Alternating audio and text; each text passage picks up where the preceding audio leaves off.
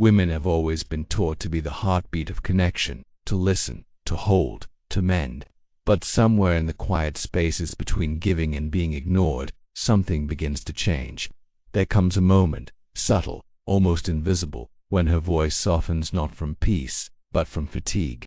When her laughter becomes measured, when she no longer argues, not because she agrees, but because she knows it won't matter.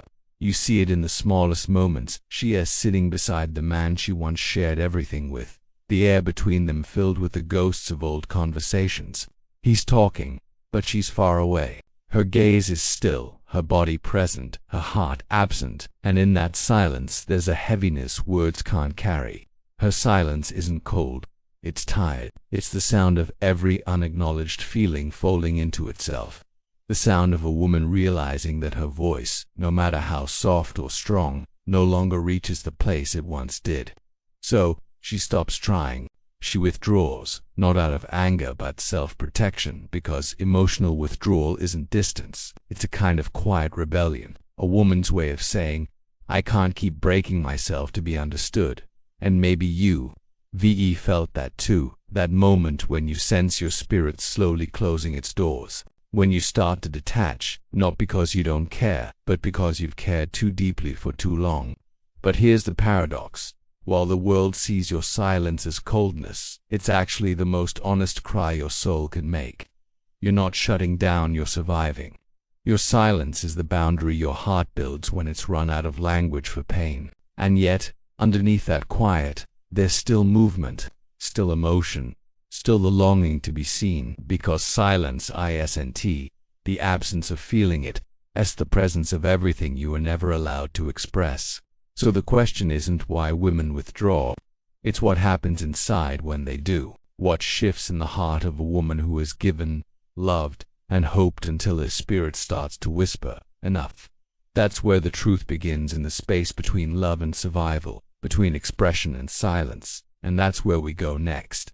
It happens quietly, not with a fight, not with a scream, but with a silence that feels heavier than any argument could ever hold. Women know this moment well. It's the night when something inside you changes, though you can't explain what or why. You're sitting there, maybe in the passenger seat, maybe on the edge of a bed, maybe across a dinner table, listening to someone try to fix what they broke with logic instead of love. He's saying the right words, but they land hollow, like echoes in a room where warmth no longer lives. Your hands are folded in your lap. You nod, but your heart is elsewhere, somewhere safer, somewhere quieter. He's frustrated that you're not responding. You frustrated that he doesn't understand that you've already responded 1,000 times before. Every conversation, every tear, every attempt to be seen was you reaching out, and every time you were met with dismissal, another part of you dimmed. That's the night you go quiet, not because you've stopped caring, but because you can't keep bleeding to prove you're alive. You realize that explaining yourself has become a form of self-betrayal, and the silence that follows isn't a choice. It's a surrender. Women don't wake up one day and decide to stop talking. It's slower than that, a quiet erosion. It begins with soft compromises, with holding your tongue to keep the peace. It deepens when your pain is minimized, when your emotions are labeled as too much. You start to measure your words, your tone, your timing, and in doing so, you begin to disappear. You fade not because you want to vanish, but because being fully present in a place that denies your truth is too painful to bear. And you've felt this before, haven't you? That tightening in your chest when your words start to feel useless. That ache in your throat when you want to speak, but you already know what the answer will be. So you stay quiet, not out of indifference, but out of exhaustion. You think, what's the point? And that question is where the silence begins. But here's what you might not realize. Your silence isn't emptiness. It's your nervous system trying to protect you. It's your body stepping in when your heart has carried too much for too long. It's your spirit whispering, you don't have to fight to be understood anymore. This is the moment most people misunderstand. They see the distance, but not the story behind it. They see your stillness, but not the battles it took to get there. They see a quiet woman, not a woman who fought for connection until it became unsafe to try. And so, that's where we go next, beneath the quiet. Because when a woman goes silent, it's not the end of her emotions, it's the beginning of herself. There is a moment every woman reaches, the moment when her mind begins to do what her heart no longer can. It's subtle, almost invisible, but deeply intelligent. The mind steps in like a quiet guardian, pulling the curtains closed on feelings that have become too heavy to bear. Women are natural connectors. You are built to nurture, to listen, to repair the cracks in love with gentleness and hope. Your empathy is your greatest power, but also the doorway through which pain can enter. When your heart gives endlessly and receives confusion in return, the brain begins to sense danger. Emotional unsafety doesn't always come from cruelty. Sometimes, it's the ache of being unseen, unheard, or misunderstood. And that's when your mind whispers, *enough. Let me take over, *. You see, emotional withdrawal isn't coldness, it's regulation. Your nervous system begins to conserve energy the way a body conserves warmth in a storm. It stops sending emotional signals to places that don't respond. It numbs what it cannot heal. It silences what it cannot express. And in doing so, it saves you even if it feels like you're losing yourself. You've probably felt that strange calm after too many emotional storms, that quiet, that isn't peace but protection. It's your subconscious building a boundary, one your conscious mind hasn't found the words for yet. It's not that you've stopped loving, it's that you can keep loving from a place that's draining your spirit. The withdrawal isn't rejection, it's self-rescue. But here, the hidden truth most women never see. Withdrawal isn't the end of love, it's the end of self-betrayal. It's the moment you stop abandoning your own emotional needs to preserve a connection that doesn't preserve you. The world may call it cold, but only you know how much warmth it took to finally turn quiet. You start to understand why you sometimes seem distant, why you stop chasing closeness that once felt so urgent. You're not becoming less emotional, you're becoming selective about where your energy flows.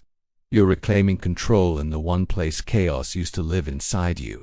And yet, beneath that quiet strength, one question still lingers in your chest, soft but haunting. If emotional withdrawal is protection, what are you really protecting yourself from? That question leads us deeper into the hidden layers of pain, conditioning, and grief that most women carry in silence. And that's where the next truth begins to unfold. It never happens all at once. Women wake up one day and decide to withdraw. It's a slow unraveling, a quiet erosion of emotional safety that begins long before the silence. It's a pattern so subtle, so familiar, that most of us mistake it for love. It begins with overgiving. Women are taught that love means effort, that if something feels off, you fix it by giving more. So you try harder to be understood. You listen more, forgive faster, explain deeper. You pour out empathy, reassurance, patience, until you've emptied yourself to fill someone else. And when the connection still doesn't feel safe, you don't stop giving. You double it, because you believe that love can be earned through effort. But what no one tells you is that overgiving doesn't heal disconnection, it deepens it. You begin to lose yourself in the act of trying to be enough, and slowly, resentment replaces tenderness. Your heart still beats for him, but it no longer beats freely for you. Then comes the minimization pattern. It starts small. A sigh when you express your feelings, a comment like you're overreacting. The message lands quietly but cuts deep, that your emotions are too heavy, too dramatic, too inconvenient. So you start to shrink your emotional presence to make others comfortable. You talk softer, you cry privately, you tell yourself, maybe it's not that big of a deal. But inside, your truth keeps echoing, unheard. You internalize the lie that being emotional is being weak, and soon, silence becomes your safest language. Because at least in silence, no one can call you too much. And then, there's the hope trap, the most deceptive of all. You keep believing things will change, that if you just wait a little longer, love will return to what it once was. You hold on to potential, not reality. You interpret crumbs as signs of progress, and promises as proof. You stay emotionally available even when your energy is gone, because letting go of hope feels like failure. But each time that hope is unmet, another piece of your spirit grows numb, not because you stopped loving, but because you ran out of ways to survive the disappointment. These patterns don't break you all at once. They slowly dissolve you from the inside out. You begin to withdraw not out of coldness but self-preservation, because when connection becomes a battlefield, detachment becomes your armor. The world may see it as indifference, but only you know it's exhaustion, and that's the truth most overlook. Women don't emotionally withdraw to punish. They withdraw to survive, to protect the fragments of themselves still unbroken, to find oxygen where the air once suffocated them. But survival has its own price, doesn't it? Because even in that safety, something still aches beneath the quiet, and that's where the next truth begins, in the hidden pain that lives underneath your withdrawal. There's a truth hidden beneath every woman's silence, one that most people never see. Emotional withdrawal isn't coldness. It isn't indifference. It's grief. The kind of grief that doesn't come with tears or funerals, but with the quiet ache of being unseen for too long. When you pull away, you're not giving up on love. You're mourning it. You're grieving the death of emotional safety, the loss of that soft place where your heart once felt held. You're grieving the version of yourself who believed love could fix everything, who believed understanding was enough. Women carry a deep kind of sorrow when they go quiet, a mourning of what should have been simple: to speak and be heard, to feel and be met. But that silence isn't new. It began long before any relationship.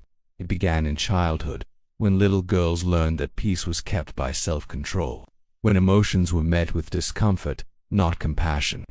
You learned to swallow your feelings, to apologize for your tears, to tone down your truth so others could stay comfortable. You were taught that being good meant being quiet, that your strength was in your ability to endure. So later in life, when love feels unsafe, your body remembers that old lesson. It remembers the tension of holding everything in. It remembers that safety is not in expression, but in retreat. So you begin to pull back, not because you want to, but because every cell in your body is whispering, we've been here before. Protect yourself. This isn't weakness, it's conditioning. It's the subconscious programming that told women to be emotional pillars for everyone but themselves. The world calls it strength when you hold it together, but labels it coldness when you finally stop. Yet your withdrawal isn't indifference. It's the body's final boundary, the moment your spirit decides it will no longer trade self-worth for connection. And maybe you've felt that before. That strange duality of silence and sadness living side by side inside you. You're not angry anymore, not even disappointed, just tired. That's the silent cry no one hears. The one that doesn't ask for attention, but for understanding, for rest. Because here's the truth. It's not that you stopped feeling. It's that you felt everything. Every word, every dismissal, every unmet need, and no one noticed. But now you do. You notice.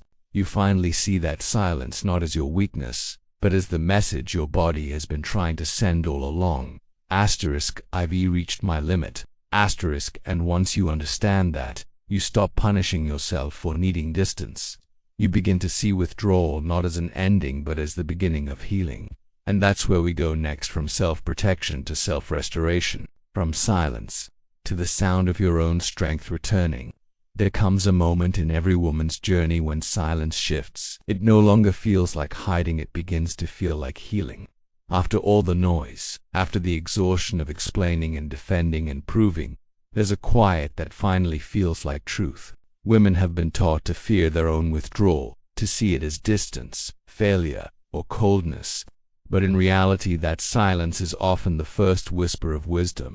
It's the body saying, I can't keep pouring from this wound. The first step is to honor that silence. It's not weakness, it's your nervous system's way of protecting what's left of your emotional energy. You're not shutting people out. You're giving yourself the safety you were never given permission to need. Sometimes, The most loving thing you can do for yourself is to stop speaking in spaces that don't listen. And here as a truth many women learn the hard way. You don't owe endless explanations for your emotions. You've spent years trying to make people understand your heart, rehearsing your feelings in gentler tones, softer words, hoping they'd finally see your depth. But those who are unwilling to understand will never hear you clearly, no matter how calmly you speak. Stop performing emotional clarity for those who prefer confusion.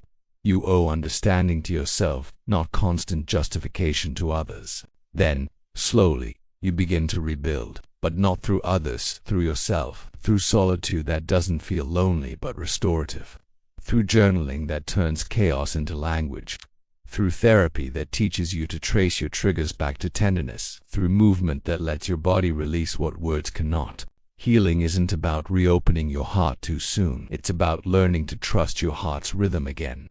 Because the truth is, emotional reconnection doesn't start with another person, it starts with your own permission to feel again. When you stop fearing your emotions, they stop controlling you. You no longer need to withdraw from them, because they no longer feel like a threat. You begin to hold them, honor them, understand them, and in doing so, you return home to yourself. The same silence that once protected you can now become the space that restores you. It's no longer an escape, it's a sanctuary, and from this stillness something begins to rise. Not the woman you were before the pain, but the woman you became because of it. In the beginning, women often sit in silence, tired, confused, and questioning where their softness went. That quiet once felt heavy, almost like defeat, but now, it's different. Now, it feels sacred, because somewhere along the way, the silence that once swallowed you has become the space that rebuilt you. This is what happens when a woman rises from her emotional withdrawal. She doesn't return as who she was before, she returns as who she was always meant to be. No longer chasing peace from others, but cultivating it within herself. No longer performing love to be chosen, but radiating it from a place of choice. The woman who once sat in silence now sits alone, in peace. She's not avoiding, she's choosing. She's not numb, she's grounded. Her stillness no longer hides pain, it reveals power. Your silence was never your weakness. It was your body's way of leading you back home to yourself. You weren't breaking down, you were breaking open. Because when women withdraw, they don't disappear, they're reborn. You learn to hold your emotions without apologizing for their depth, to love without losing your boundaries, to rest without guilt. You start realizing that emotional withdrawal was never the end of love, it was the beginning of self-respect. The moment you stopped begging to be seen was the moment you started seeing yourself clearly. You stopped reaching for people who didn't reach back. You stopped explaining pain to those who benefited from your silence. You stopped confusing emotional effort with emotional worth. And that's when everything shifts. Because healing doesn't make you softer, it makes you steadier. It teaches you that your heart was never too much. It was just too pure for the wrong kind of understanding. You were never meant to shrink to be loved. You were meant to be understood, to be safe. And when you finally stop explaining your worth, you start embodying it. Now, that quiet inside you no longer feels like absence. It feels like arrival. And this peace, this power, this grounded knowing is the awakening you were always meant to reach.